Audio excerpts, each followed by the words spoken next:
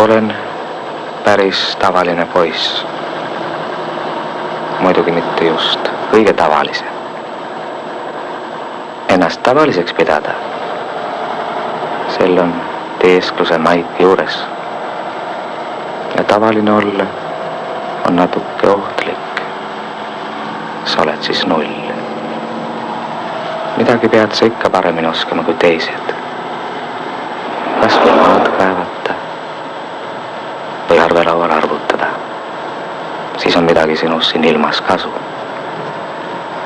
Kui sa ise pead ennast tavaliseks, siis näevad teised kõik sulle ebatavalistena.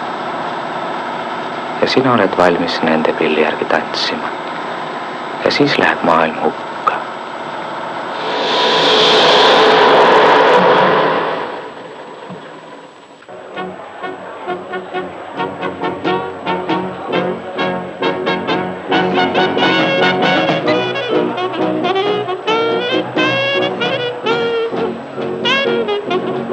Sa meeldid mulle. Ära räägi lollusi.